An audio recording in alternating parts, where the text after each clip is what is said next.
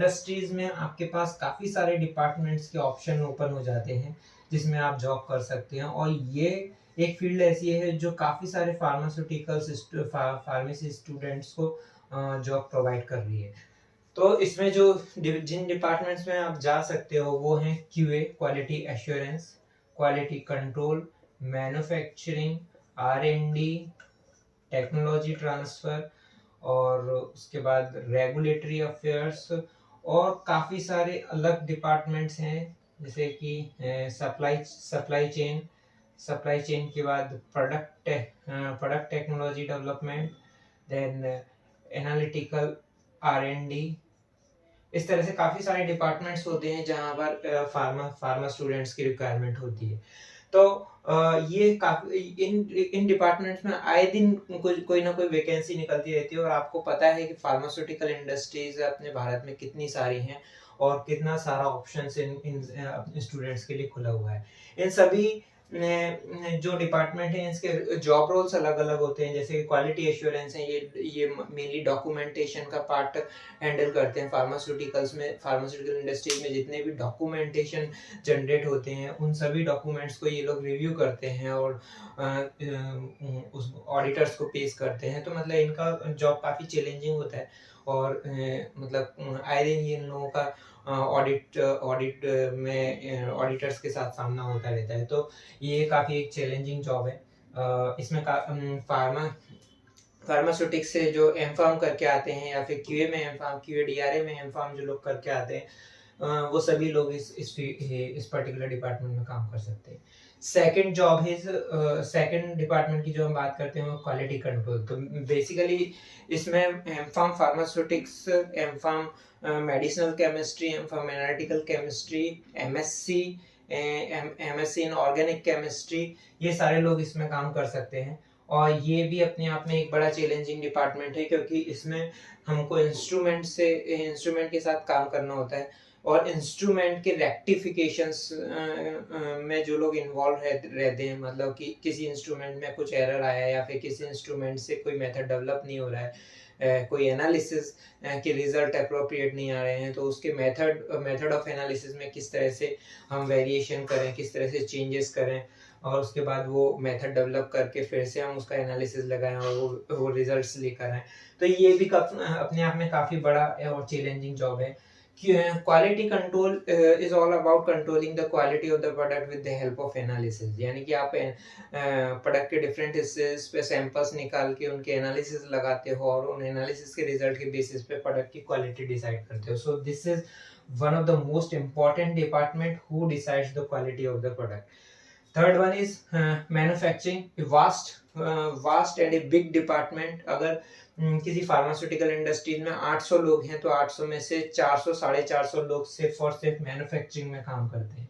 तो ये अपने आप में एक बड़ा डिपार्टमेंट है, काफ़ी ज़्यादा चैलेंजिंग डिपार्टमेंट है, क्योंकि आपके ऊपर एक कांस्टेंट एक चैलेंज बना हुआ रहता है कि आपको प्रोडक्शन निकालना है, और इस तरह से आपको एक टारगेट दिया जाता है कि आपको इस महीने में इतने बैचेस निकालने हैं, इस साल में इतने बैचेस निकालने हैं, और उन टारगेट्स को आप मीट करते हो तो कंपनी भी आपके बारे में काफ़ी कुछ अच्छा करती है।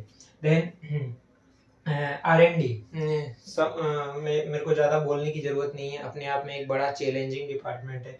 जितने भी प्रोडक्ट्स बनते हैं फार्मास्यूटिकल इंडस्ट्रीज में उन सबका रिसर्च एंड डेवलपमेंट ये डिपार्टमेंट करता है। किस तरह से करता है ये अगर मैं इस वीडियो में समझाने जाऊंगा तो ये काफ़ी एक 2 घंटे का वीडियो बन जाएगा, इसलिए इसके लिए हम डिटेल वीडियो में कभी बात कर सकते हैं।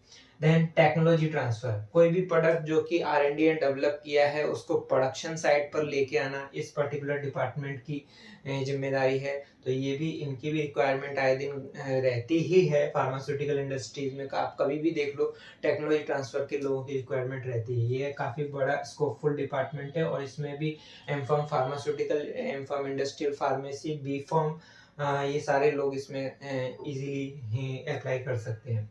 M Pharm in drug regulatory affairs and QA DRA के जो लोग हैं वो इस पर्टिकुलर डिपार्टमेंट में अप्लाई कर सकते हैं, और इनका तुरंत सिलेक्शन हो जाएगा। क्यों? क्योंकि डीआरए जो ड्रग रेगुलेटरी अफेयर्स है वो सिर्फ और सिर्फ इन्हीं इन्हीं यही डिपार्टमेंट्स के स्कोप में आता है। तो ड्रग रेगुलेटरी अफेयर्स से रिलेटेड सारी चीज़ें आपको रेगुलेटरी अफेयर्स में करने को मिलेंगी, जो कि आपने आज तक बी फार्म और एम फार्म में पढ़ी हैं, वो आपको एक्चुअल में रेगुलेटरी अफेयर्स में जब आप काम करोगे तो वो सारी चीज़ें आपको प्रैक्टिकली करने को मिलेंगी। आपको पूरा डोजियर बनाना पड़ता है, एजेंसीज के साथ कम्युनिकेट करना पड़ता है, उन एजेंसीज की क्वेरी रिजॉल्व करना पड़ती हैं, आपकी कम्युनिकेशन काफ़ी अच्छा इम्प्रूव हो जाता है, और इन लोगों की सैलरी स्ट्रक्चर ऑसम। तो ये एक काफ़ी बड़ा अच्छा डिपार्टमेंट है, और मैं सजेस्ट करता हूँ कि अगर किसी को भी इनिशियली मतलब फार्मास्यूटिकल में घुसने से ही अगर रेगुलेटरी अफेयर कोई डिपार्टमेंट मिल रहा है तो बॉस आपका कैरियर एकदम बन जाता है।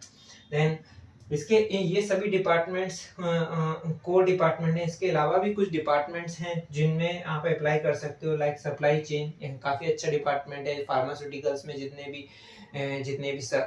भी वेंडर्स से हम सप्लाई लेते हैं वो सभी ये लोग मैनेज करते हैं। यानी कि जितने भी इंग्रेडिएंट्स हैं, एपीआई हैं, पैकेजिंग मटेरियल्स हैं, उन सब का मैनेजमेंट जो इन्वेंट्री मैनेजमेंट है वो ये लोग डिसाइड कर रहे हैं, सप्लाई चेन मैनेजमेंट के लोग। Then packaging technology and development. Packaging technology यानी कि किस प्रोडक्ट में कितनी साइज की बोतल जाएगी, उसके क्लोजर का शेप कैसा होगा, उसके क्लोजर का शेप कैसा होगा, उसकी बोतल का शेप कैसा होगा, उसके कार्टन का शेप कैसा होगा, उसके कार्टन के लेबल्स के ऊपर क्या क्या डिटेल्स जाएंगी, वो सारी चीज़ें ये पैकेजिंग डेवलपमेंट के लोग डिसाइड करते हैं, और ये लोग भी काफ़ी ज़्यादा इस पर्टिकुलर फील्ड में काफ़ी ज़्यादा नॉलेजेबल होते हैं। देन AR&D, जो भी डेवलपमेंट के टाइम पर जितना भी एनालिसिस होता है और जो भी हिट एंड ट्रायल्स होते हैं, मेथड डेवलपमेंट, मेथड वैलिडेशन, वो सभी AR&D के लोग करते हैं। So this is also a good department as good as R&D।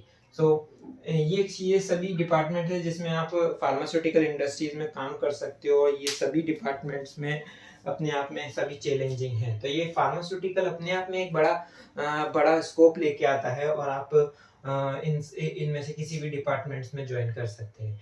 इसके अलावा फार्मास्यूटिकल्स के अलावा आप न्यूट्रास्यूटिकल्स में भी इन सभी डिपार्टमेंट्स में आप काम कर सकते हो। न्यूट्रास्यूटिकल कॉस्मेटिक्स में भी आप एम.फार्म बी.फार्म करने के बाद उन कंपनीज में भी यही सारे डिपार्टमेंट होते हैं, और आप इनमें से किसी भी डिपार्टमेंट्स में आप ज्वाइन